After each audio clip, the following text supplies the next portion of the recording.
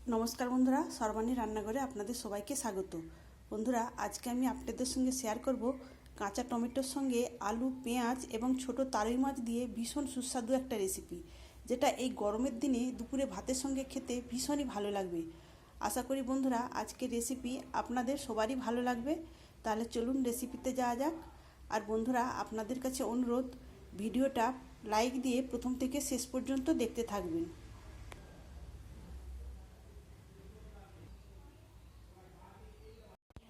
আজকের রেসিপির জন্য এখানে আমি নিয়েছি 3টে কাঁচা টমেটো,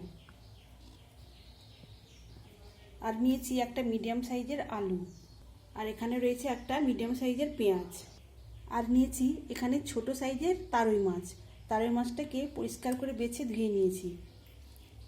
এখন এই তারই মাছটাতে আমি লবণ আর হলুদ মাখিয়ে নেব। পরিমাণ মতো হলুদ দিলাম, আর এখানে দিলাম লবণ। এখন মাছটাতে লবণ আর হলুদ মাখিয়ে নেব।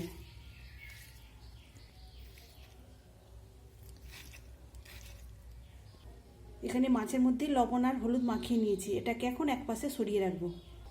সেই ফাঁকে এখানে আমি কাঁচা টমেটো, আলু আর পেঁয়াজটাকে কেটে পরিষ্কার করে ধুয়ে নেব।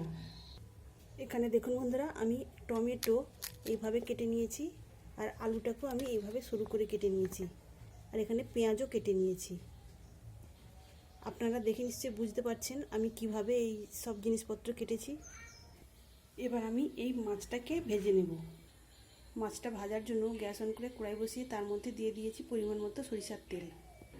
এখানে তেলটাকে খুব ভালো করে গরম করতে হবে মাছটা ভাজার জন্য। তেলটা ভালো মতো গরম হয়ে গেছে। এখন মাছগুলো ভাজার জন্য দিয়ে দেবো। আমি সব মাছগুলোই একসঙ্গে দিয়ে দিয়েছি। এখন এক পাশটা ভালো করে মাছগুলোকে আঁচ খাইয়ে নেব। মাছগুলো এক পাশটা ভালোভাবে আঁচ হয়ে গেছে। এখন আমি উল্টে দেবো।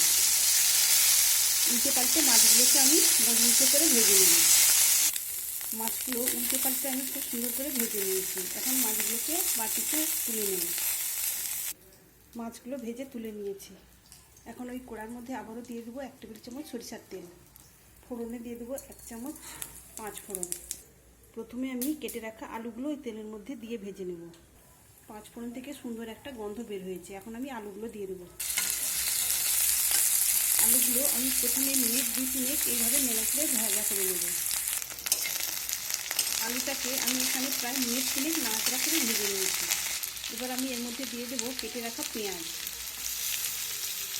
পেঁয়াজটাকে দিয়ে আমি আবারও প্রায় মিনিট 3 নাড়াচাড়া করে ভেজে নেব। এখানে পেঁয়াজ আর আলুটা আমি আবারও প্রায় মিনিট 3 নাড়াচাড়া করে ভেজে নিয়েছি। এখানে দেখুন পেঁয়াজটাও অনেকটা নরম হয়ে গেছে। এবার আমি এর মধ্যে কেটে রাখা কাঁচা টমেটো দিয়ে দেবো। টমেটো দেওয়ার পর দিয়ে দেবো পরিমাণ মতো হলুদের গুঁড়ো। এখন হলুদের গুঁড়োর সঙ্গে সব কিছু ভালো করে আবারও আমি ভাজা করে নেব। তবে এই সময় গ্যাসের ফ্লেমটাকে হাই করে রেখে নাড়াচাড়া করতে হবে। তার ফলে এই কাঁচা টমেটোর কাঁচা গন্ধটাও চলে যাবে, আর সুন্দরভাবে ভাজা হয়ে যাবে। বন্ধুরা, আজকের এই রেসিপিটা ভাতের সঙ্গে খেতে দুর্দান্ত লাগবে।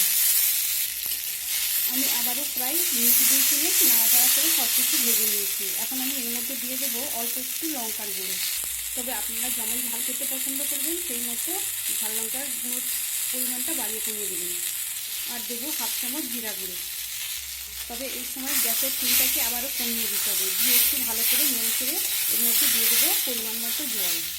তবে জলটা দেখে দিতে হবে, কেননা এটা খুব ঝোল থাকবে না, একটু রসা রসা থাকবে। এমনভাবে দিতে হবে সব কিছু সুন্দরভাবে সেদ্ধ হবে, অথচ একটু রসা রসা থাকবে। এখন এবার দিয়ে দেবো পরিমাণ মতো লবণ। লবণটা দিয়ে আবারও ভালো করে নাড়াচাড়া করে মিশিয়ে নেব। এখন ঢাকা চাপা দিয়ে 2 মিনিট রেখে দেবো। 2 মিনিট পরে ঢাকা চাপাটা খুলে নেব।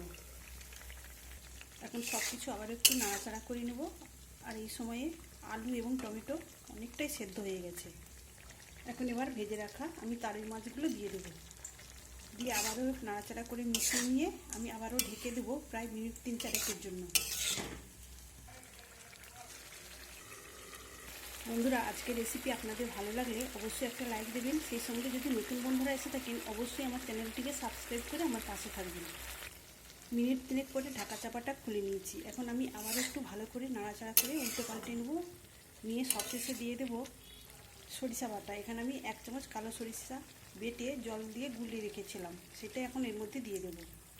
বন্ধুরা, আপনারা অবশ্যই একবার এইভাবে যে কোনো ছোটো মাছ দিয়ে, কাঁচা টমেটো দিয়ে বানিয়ে দেখবেন। আমার কাছে আজকে তারই মাছ ছিল, তাই আমি তারই মাছ দিয়ে বানিয়েছি। আপনারা কিন্তু যে কোনো মাছ দিয়ে বানিয়ে নিতে পারেন। এই গরমের সময় দুপুরে ভাতের সঙ্গে দুর্দান্ত লাগবে।